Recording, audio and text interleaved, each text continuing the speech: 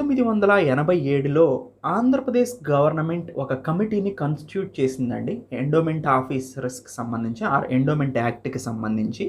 దేనికోసం అంటే ఎండోమెంట్ ఇన్‌స్టిట్యూషన్స్‌ని అంటే ధార్మిక సంస్థలని నిర్వహించటం కోసం అండ్ నిర్వహించే క్రమంలో సుపరిపాలన అందించటం కోసం ఒక కమిటీని ఏర్పాటు చేసింది.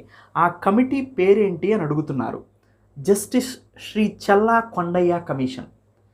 జస్టిస్ శ్రీ చల్లా కొండయ్య కమిషన్ అనేది దేనికి సంబంధించిందంటే ఎండోమెంట్ యాక్ట్కి సంబంధించింది. దాంట్లో రీఫార్మ్స్కి తీసుకురావడానికి వచ్చినటువంటి కమిషన్ అనమాట. అయితే ఈ కమిషన్ ఏం చెప్తుందో కొన్ని ఇంపార్టెంట్ పాయింట్స్ ద్వారా చూద్దామండి. కీ రికమెండేషన్ ఏంటి? జస్టిస్ చల్లా కొండయ్య కమిషన్ 1987లో ఇచ్చినటువంటి కీ రికమెండేషన్ ఏంటంటే కాంప్రహెన్సివ్ లెజిస్లేషన్, అంటే దేవాదాయ ధర్మాదాయ సంస్థల నిర్వహణ కోసం ఒకే చట్టం ఉండాలని చెప్పారండి. ఒక చట్టమే ఉండాలి, మల్టిపుల్ యాక్ట్స్ ఉంటే కన్ఫ్యూజ్ అవుతారు నిర్వహించడం అని చెప్పారు. ఒక చట్టం ఉండాలి నిర్వహించడానికి, ఇన్స్టిట్యూషన్ మేనేజ్మెంట్ కోసం, టెంపుల్ నిర్వహణ కోసం.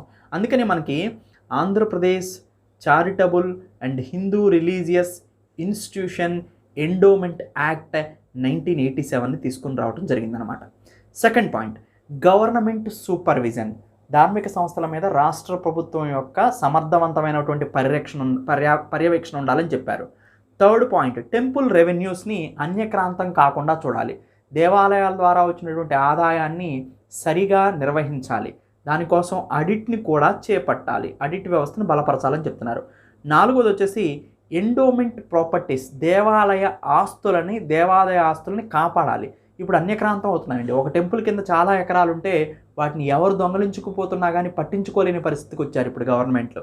Next, use of surplus funds. సర్ప్లస్గా వచ్చిన ఫండ్స్ని రాజకీయ నాయకులు, ట్రస్టులు రాజకీయ ప్రలోభం చేత దేవాలయాలను నాశనం చేస్తున్నారు. అలా కాదు, సర్ప్లస్ ఫండ్స్ వస్తే వాటిని చిన్న దేవాలయాల అభివృద్ధి కోసం ఉపయోగించాలండి. తర్వాత ట్రస్టీ సిస్టమ్. ట్రస్ట్ మెంబర్స్గా ఎవరిని అపాయింట్ చేయాలి? ధర్మంగా దేవాదాయ లేదా దేవుడి మీద ఎంతో కొంత భక్తి ఉన్న వాళ్ళని నియమించాలి.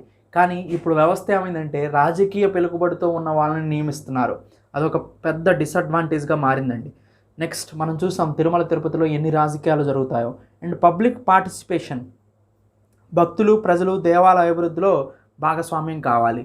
ఈ 8 or 7 ఇంపార్టెంట్ రికమెండేషన్స్ని జస్టిస్ చల్లా కొండయ్య కమిషన్ ఇవ్వటం జరిగిందనమాట.